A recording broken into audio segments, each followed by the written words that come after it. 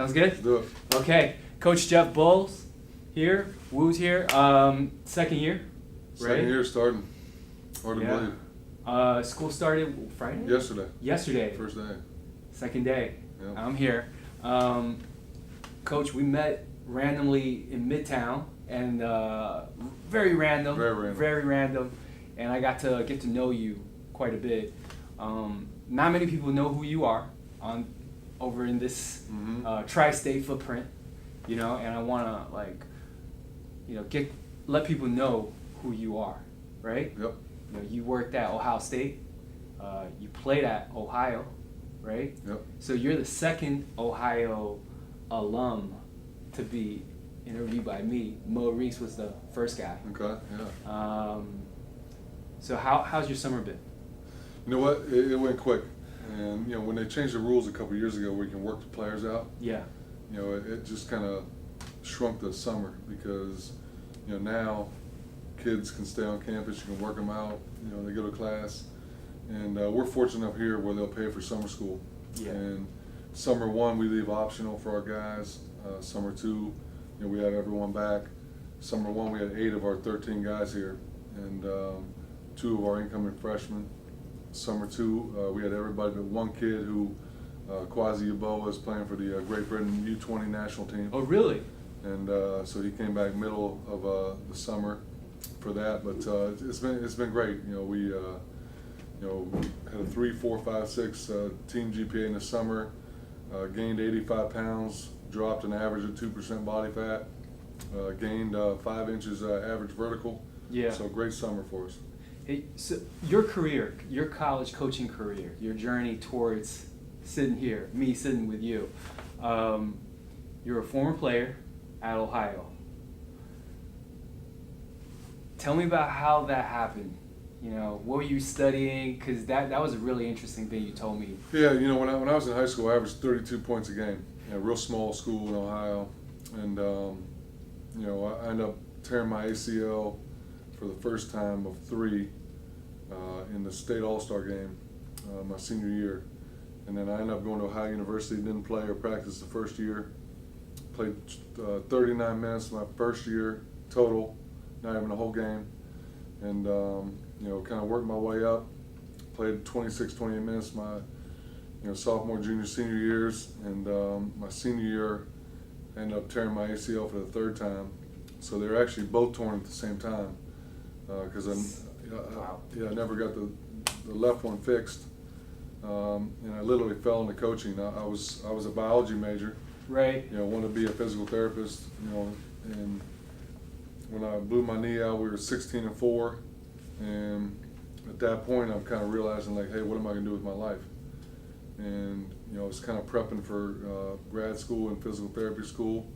And then at the end of the year, our head coach Larry Hunter, who's the head coach at Western Carolina now, lost an assistant coach and asked me if I'd be interested in coaching. And like most 22-year-olds, I had no idea what I wanted to do, so I said sure. And at that time, it was the restricted earnings coaching job. So I made $6,000 my first year. $6,000, and that's how I got into coaching. What year was that? That was 1995, 96. Okay. So I graduated in 95 and then coached 95, 96. $6,000. Wow, times changed so much. Cell phones were just coming in. The email just came in. And there it is, 22-year-old Jeff Boals, $6,000. And then you felt the fire in you. Yeah, I didn't really know what to expect. And once I was, anytime you leave college basketball playing, you miss the locker room, you miss the road trips, you miss the camaraderie, you miss the team aspect of it. If you ask any former player, that's probably what they'll say.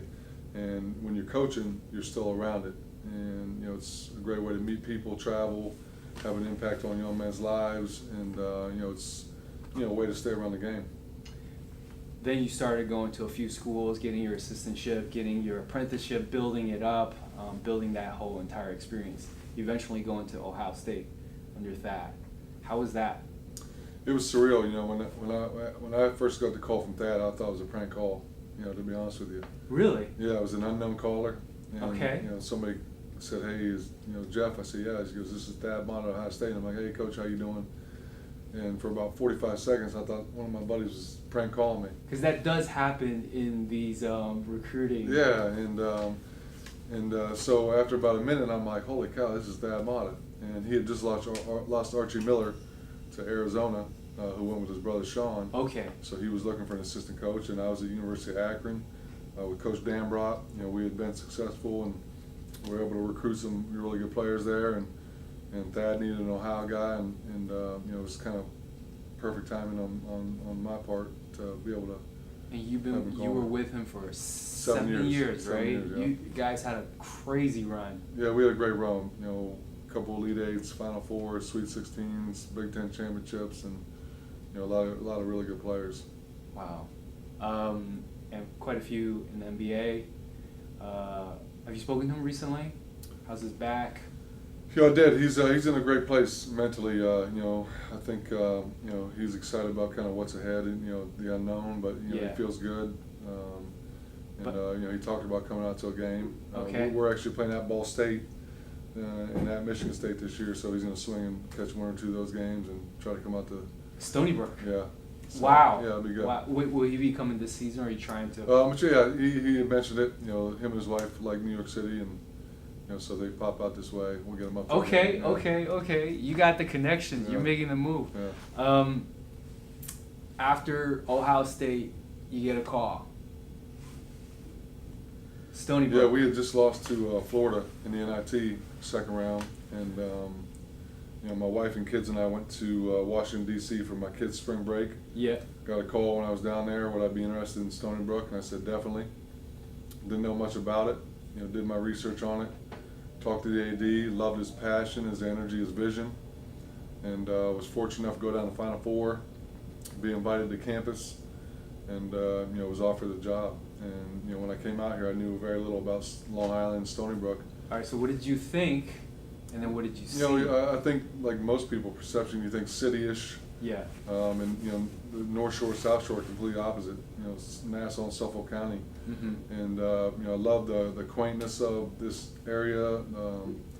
I love the 25A feel of Watertown. You're right on the water. And once I learned more about the academic piece of Stony Brook, it's high academics. Two of the facilities, you got an arena that's brand new, weight room brand new. We're redoing the locker room, and just felt really comfortable and a place you'd be successful at. So the school has been going up and up. Pico took them to the NCAA. Now you're here to lead them further onwards. What have you learned through season one? Going to season two. Yeah, season one was interesting. The team Yeah. that I coached and the team I thought I was going to coach were two completely different teams. Okay. A couple of kids that got in trouble with the law, and we ended up not having them on our team. And my leading returning scorer was averaging 7 points a game. Coming back, half our team had never played Division I basketball. Okay. So going into the season, we thought we'd have a couple of guys that we didn't have. Right. And so we kind of had to change our thought process. But I really like our guys' mindset and the growth that we made last year. We were picked 7th out of 9 preseason because they lost 4 out of 5 starters. We got rid of a couple guys that were here the previous year as well, and we ended up finishing second. We're 12-2 heading into the last week of the regular season. So I was really happy with the way the season went, and we didn't finish like we wanted to, but we had a great year. Yeah, Jamil told me in the beginning, like when there was a vacancy, like Pike left and there was no coaching here, he said it's the wild, wild west for these young guys. And then obviously, you guys bunkered down and got these guys on the same page and started going forward. This upcoming season for you guys, what are you looking to achieve? Well, I think we're going to try to build on last year, and obviously our goal is to win a championship. And a lot of our teams in our league have their best players back. We lost our top 2 scorers in Lucas Woodhouse and Roland Niema. Right. And another starter in Cam Mitchell. So we have 2 starters back, and we got 6 new guys coming in. So it'll be a learning curve. I'm excited about this team. I really like the makeup, the character, and the length and athleticism we have. And I think it'll be a growth mindset in a sense, like You know, we talked about earlier our non-conference schedule is probably the best in school history. Yes, I saw that this season. I was like, whoa, Yeah. you guys have. Who do you give me a few? So we open up with Maryland on Long Island down Right. at Nassau Coliseum, and we go to UConn, to Ball State, to Michigan State. You know, we're at Providence, we're at Rutgers. We have Bucknell coming in here, Hofstra coming in here, and you know, so it's going to be a very challenging non-conference schedule, and you know, we'll see where we're at, and you know, it'll be a great chance to compete and prepare ourselves for the America East. Will you guys ever try to get Rutgers to come in here? That would be. Well, they came in last year. Yes, they did. And, I'm sorry. You know, it was part of Coach Pikel's contract. Yes. Play a home and away, and I think we were winning 27 minutes of the game, and we had a stretch where I think they went on an 8-0 run and ended up beating us by 6. We had a 3 in the air to tie it, where we missed it. So we're returning the game this year. Okay. It's going to be a nice crowd. Yeah, it'll be fun. You know, it was probably weird, you know, different for Coach Pikel coming back in here, being here, you know, as long as he had, recruiting the players that were here.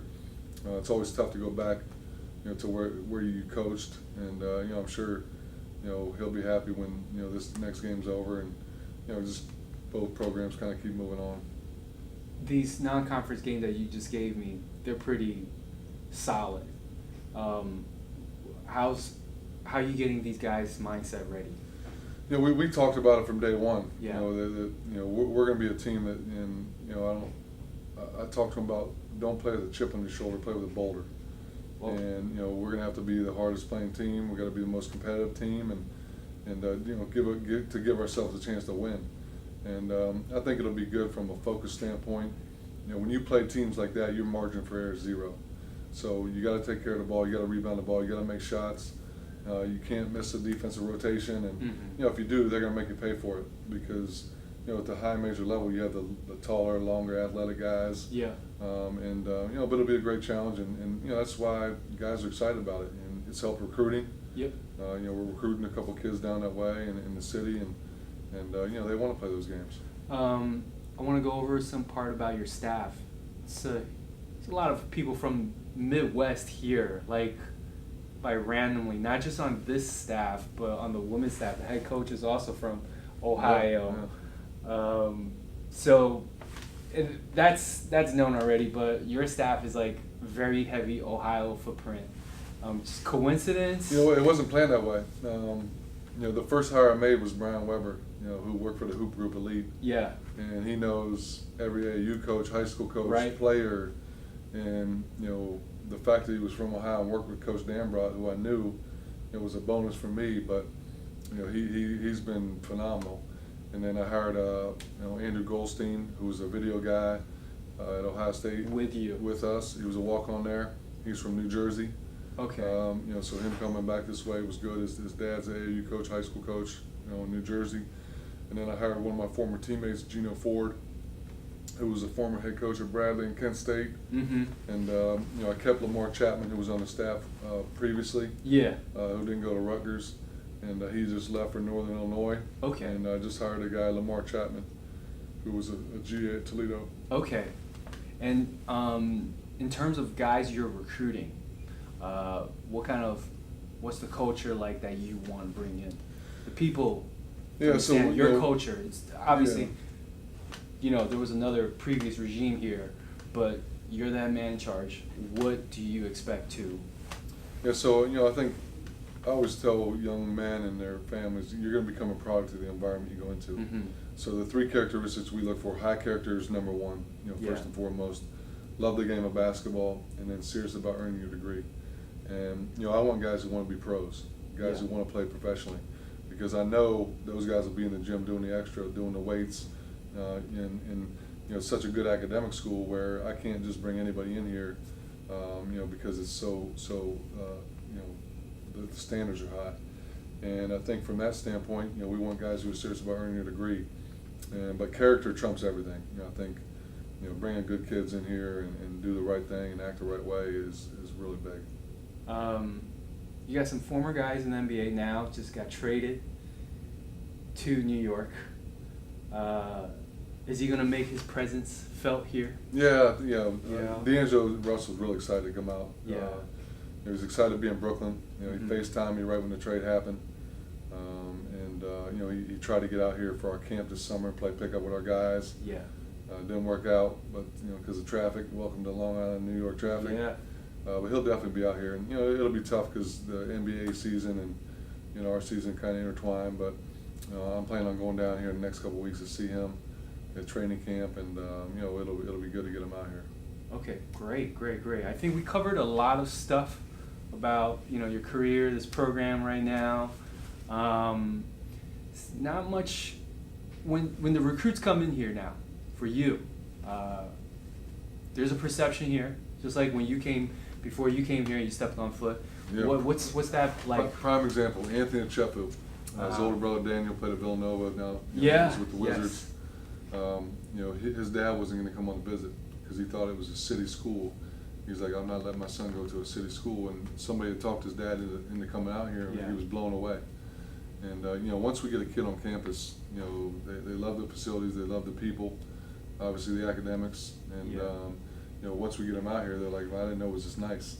And that to me in the first year, that's probably been the biggest thing, is a lot of people don't know how nice it is out here. Right. And with the trains, we have a train station right on campus.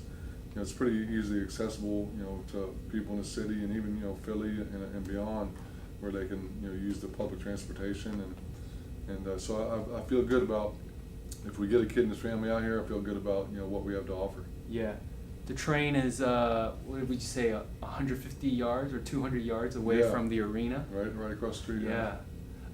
Coach, thank you very much. I know you got a busy day. Well, appreciate you, man. Starting gearing up. Thank you so much. Good luck in your second season. Thank you. And go check out his games, and hopefully he'll bring in all the big dogs. Yep.